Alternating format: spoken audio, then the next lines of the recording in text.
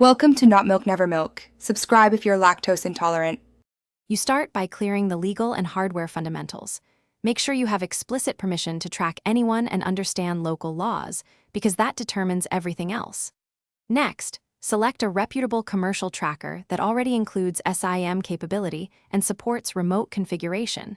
This avoids custom builds that carry legal and safety risks.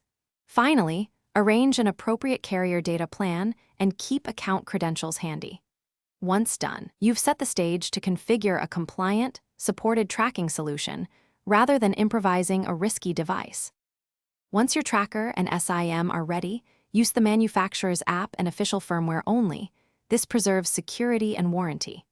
Activate the SIM with your carrier, provide the ICSID and verify APN settings through their official channels.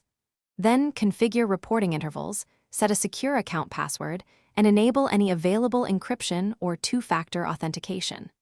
Also create geofences or alerts so reports stay relevant. These steps ensure the device transmits responsibly and reduces the chance of misuse or inadvertent exposure of location data.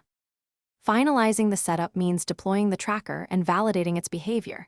Test in the actual environment to confirm GPS accuracy, cellular signal, and update frequency. Monitor battery consumption and data usage for a few days to set a maintenance schedule.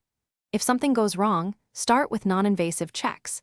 Confirm the SIM has service and data, verify APN and account settings, and ensure firmware is up to date. If persistent issues remain, contact the device maker or carrier support. They can resolve hardware or provisioning problems without risky DIY fixes. Thanks for watching. If this was helpful, leave a like and consider subscribing. See you next time.